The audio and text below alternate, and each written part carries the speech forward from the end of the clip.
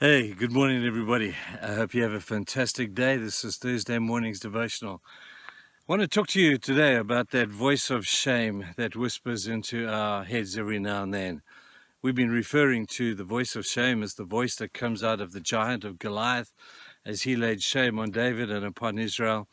And we've been talking about the words that that voice of shame will say to you. I wonder if you've ever heard that voice before.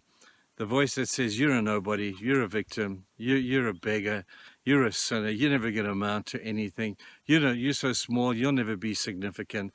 Those are the voices that sometimes Satan whispers into our heads, and it's the voice of Goliath that speaks those words of shame to us today.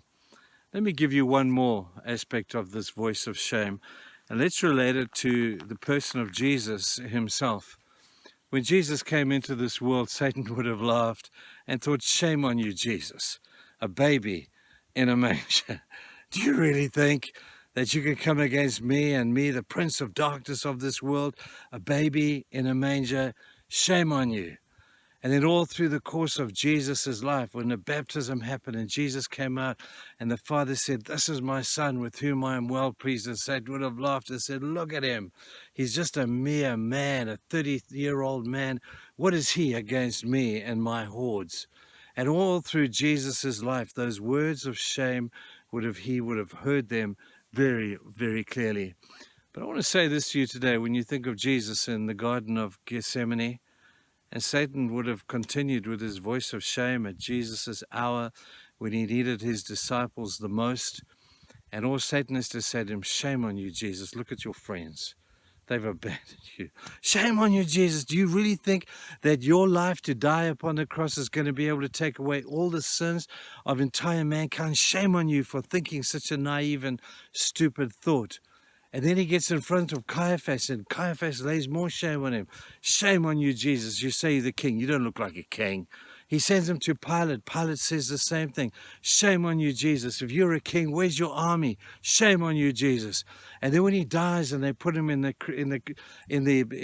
rock and the stone in the tomb, and the voice of Satan is the last voice through the voice of the thief on the cross, saying, shame on you. Who do you think you are? Instead of saying, shame on me, the one thief, the other one did, but the one just railed at Jesus, shame on you. Who do you think you are? But when Jesus died, the shame was on the other foot, was it not? And when Jesus rose from the dead, all those words of shame meant nothing. But here's a lesson for us.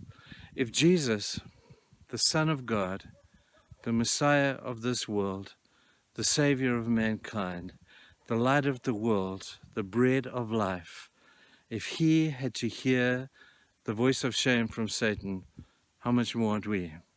Satan is threatened by you people. And when you stand up and say, we're going to do something for God, he would not be doing his job if he did not stand up and say, I'm going to bring you down. And my number one tool is to lay shame on you, shame on your past, shame on your future, shame on who you are and who you think you are.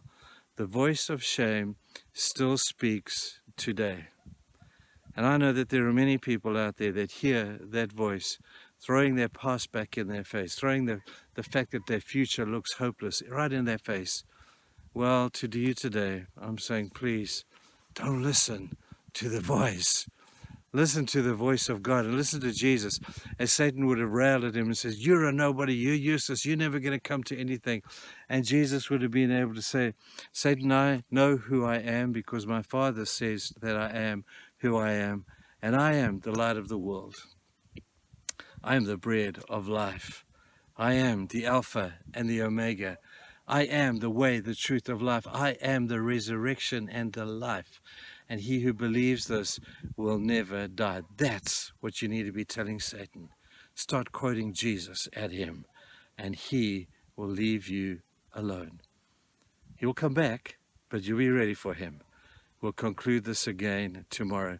But today, people, go back and review the ones we've done this last week of all the things that the voice of shame will say to you.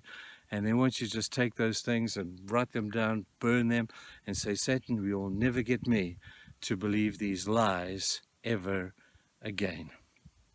You believe what God says about you and not what he says. Simple truth. I hope it works for you. Cheers, guys. Bye.